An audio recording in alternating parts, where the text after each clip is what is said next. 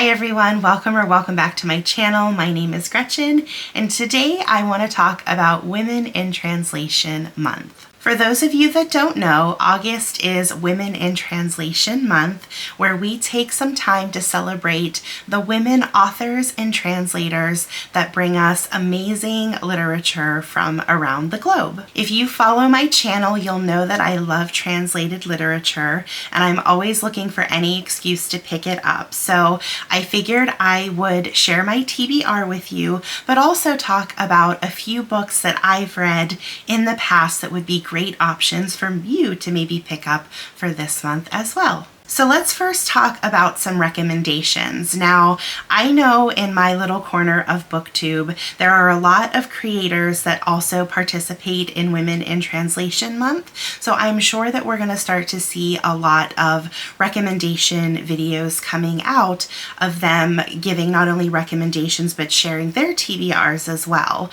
And I wanted to make sure that when I was coming up with my recommendations, that I dug a little deep to see if I could find some ones that maybe I thought were more unique ones or ones that may be lesser known to share with you in case some of those other content creators are choosing some of the, maybe more popular ones. There are a ton of fantastic women authors in translation like Selva Almada and Olga Tokarczuk and Claudia Pinheiro. There are so many, and a lot of them have very well-known books. So I figured, like I said, I'd dig a little deeper to see if I could find some that you maybe have never heard of before. So let's go ahead and get into my recommendations. The first one is Eastbound by Maylis de Kerangal, and this is translated from the French by Jessica Mohr.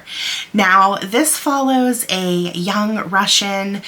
He is on a Trans-Siberian train, and he is headed to begin his mandatory military service, as all young Russian men must do.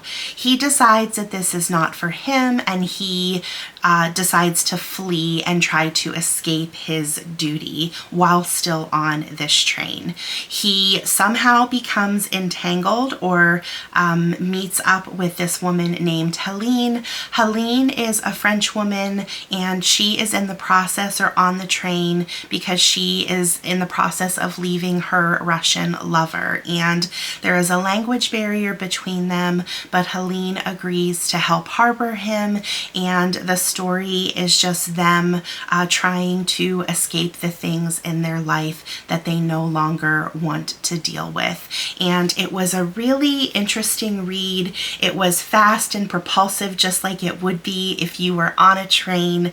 It was beautifully written, and I really loved the dynamic between the two characters, them being able to kind of be able to read each other's minds with that language barrier being there, and I really enjoyed this one a lot, and I think that you might too. The next one I want to talk about is a short story collection. I love the option of short story collections because even if you don't read the whole book, you can still dip in and out of smaller stories in order to participate in a month like this. So the next one is The Dangers of Smoking in Bed, and this is by Mariana Enriquez, and this is translated from the Spanish by Megan McDowell. So this one is not going to be for everyone, but this is a great collection of short stories for anybody that might like a little bit of horror in their books.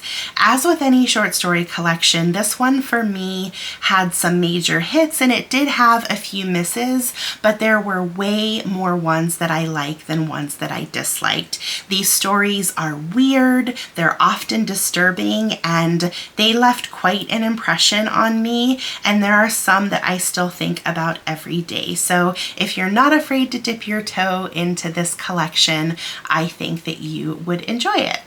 If you follow the International Booker Prize, you might be familiar with this next one, and it's called The Details by Ia Genberg, and this is translated from the Swedish by Kira Josefsson. This was shortlisted for the 2024 International Booker, and it was one of my favorites from that list that year. This book follows a woman that is in the midst of an illness. She is lying in bed, she has a fever, and her thoughts are kind of scattered, and she's almost hallucinating to an extent, and she starts to really reflect on the people in her life that she has known throughout her time on Earth, and she starts to focus in on each of those relationships and think about what they did for her as a person, the good, the bad, the ugly, and it was such an amazing story.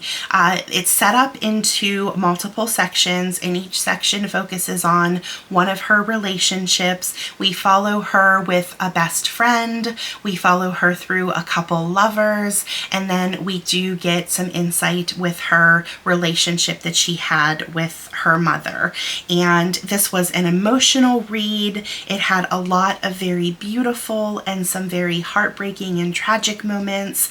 And I will say personally for me, the final section about her mother was especially touching, and it was an unforgettable read for me, and I highly recommend it. The next one is called The Impatient by Djaili Amadou Amal, and this is translated from the French by Emma Ramadan. This book follows the lives of 3 Cameroonian women as they deal with the oppressions that result from their own cultural traditions. We follow them through things like arranged marriages, abuse, polygamy, among other things. This was a tough read at times, but it was also really funny and shocking at times as well. I remember a couple times when I was absolutely floored by what was happening and my jaw was on the floor. And it was really fascinating to learn about a culture that I was very unfamiliar with, and especially seeing it come from that female perspective. And then the last recommendation that I have is called Barbara Isn't Dying, and this is by Alina Bronsky, and this is translated from the German by Tim Mohr. This is a book that I absolutely loved. I've talked about it on my channel before a few years ago, but this is a book about a man that has spent his marriage, his entire marriage. He's an older man, he's in retirement now, and he spent his marriage really depending on his wife, Barbara, to do all of the things that conform to gender stereotypes. She did all of the cooking, she did all of the cleaning. Basically, she took care of him and did everything for him his entire marriage. So one day, Barbara wakes up and she can no longer get out of bed, and her health starts to deteriorate very quickly. And we follow her husband on his journey to learn how to survive on his own without Barbara there doing everything for him. Like I said, she did the cooking and cleaning, so he doesn't know how to fry an egg. He doesn't know how to make coffee. He doesn't know how to put a load of laundry in. So he is very helpless in trying to see this world on his own, all while still thinking to himself that this is temporary. And of course, the way that the book goes is he learns how to do things, but we still have that question on whether or not this is going to be a permanent thing that he has to do and whether Barbara will be okay. So this book was funny, it was heartbreaking, and if you're a fan of curmudgeonly characters like I am, I think that you'll get along with this one too. So now let's talk about my TBR, or it would probably be more accurate to call it my pile of possibilities, because I don't think I'm going to get to all of these. We just had the Booker long list announced, so that is obviously going to be my focus. So I chose a lot of really short books so that I could maybe sprinkle those in between. So all of the books that I'm going to talk about are short, and hopefully they'll be ones that are easy for me to still participate in Women in Translation Month, but still get my Booker reads done as well. So the first one, I have a copy and I think I left it downstairs, but I want to read On the Calculation of Volume Book 2 by Solvej Balle. This was translated from the Danish by Barbara J. Haveland. I really enjoyed the first installment of this book. If you remember, it was shortlisted for the International Booker this year, and I am really curious to see what happens in this story as we follow more of the character Tara that is kind of stuck in that infinite time loop, repeating the same day over and over again. So looking forward to potentially getting to that one. Another one is a book called Tayamo. This is by Hannah Orstvik. This is translated from the Norwegian by Martin Aiken. It still counts even though it has a male translator. Just to point that out, I know there might be some purists out there that want all of their Women in Translation books to be by both a female author and a female translator, but I don't always stick to that rule. This I have been putting off for ages. This book is incredibly sad from what I hear. It follows our main character. I believe that it's semi-autobiographical, where our main character is following her life, or going through life, as her husband is dying from cancer and she is his primary caretaker. So I am sure that this book is going to be sad, but everybody that I have heard talk about it has said that it's fantastic. So hopefully this is the month that I finally get to pick this one up. And I've never read anything by this author either, so I have that to look forward to as well. The next one is a book from an author that I have read before.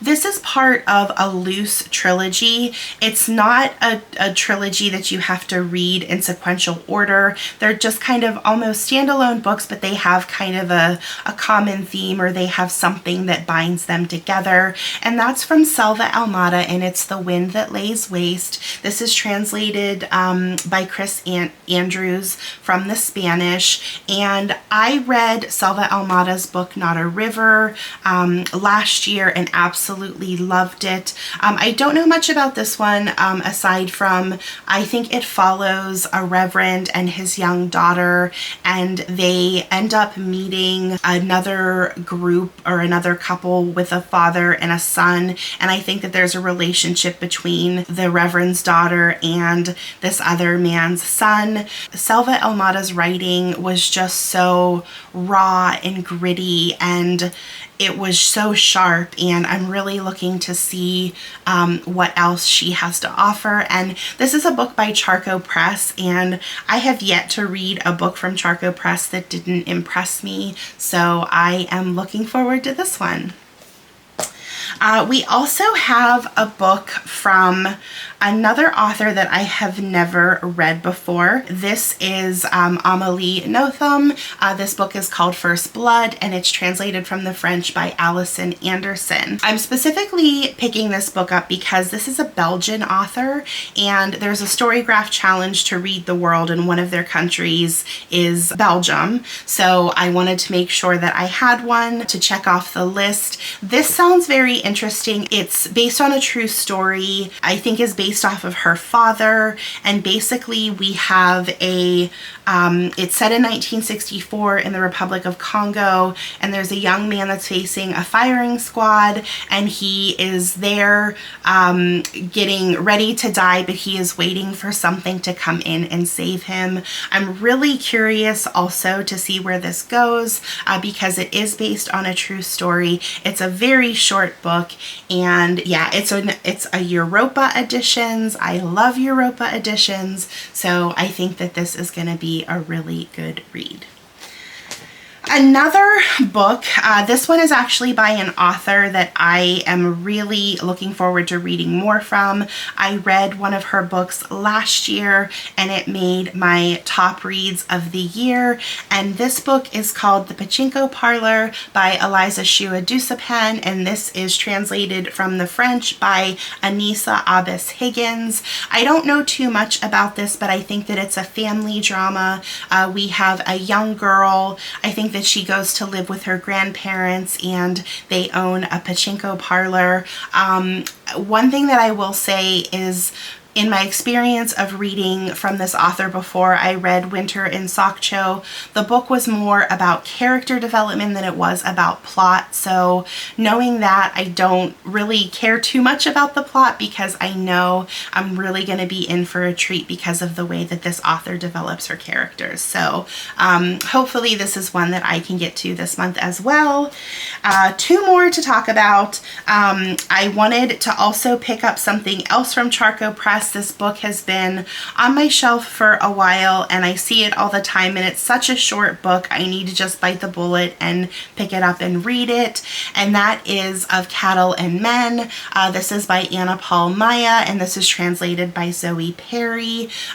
This is a book that it gives me vibes of maybe Tender is the Flesh by Agustina Bazdarica. It's set in a slaughterhouse and it follows the main character who I think is responsible for actually stunning the cattle or the animals prior to their slaughter, and there is something that's going on that is causing all of the cattle to go mad or all of the animals to go mad. So I'm really looking forward to digging into this one. I, for some reason, really enjoy books about slaughterhouses and crazy things happening. I don't know what that says about me, but I absolutely adored Tender is the Flesh, and because this is kind of giving me those vibes too, I think this is going to be a book that I like. And then last but not least, we have a book called About Uncle, and this is by Rebecca Gisler, and this is translated by Jordan Stump. This is a book that I don't know too much about, except that it's about a young woman that goes to live with her uncle. He, I think, is a disabled veteran, and she lives with him and starts to take care of him, and then I think that they end up getting isolated and locked up, perhaps during COVID. I don't think it says COVID on the back, but I do think that something does happen where they end up having to hold up together. Yeah, it says when the world begins to shut down. So I'm assuming that's COVID related. And then this is about their relationship, and then apparently he's sent to this hospital that's not just for humans or uncles, but for cats and dogs as well. It sounds quirky. It sounds interesting. This book is actually an advanced reader's copy that I've had for a while and I've been meaning to get to, especially if I'm remembering correctly, this was Sarah over at Eyes on Indie. I think this is one of her favorite books of last year, if I'm remembering correctly. So yes, I always trust her judgment, so I'm really thinking that I'm gonna like this one.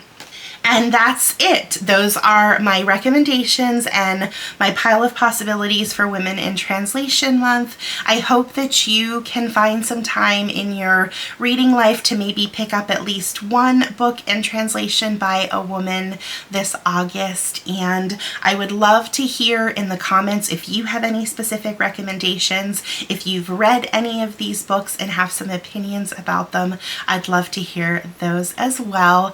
And until we read again, bye!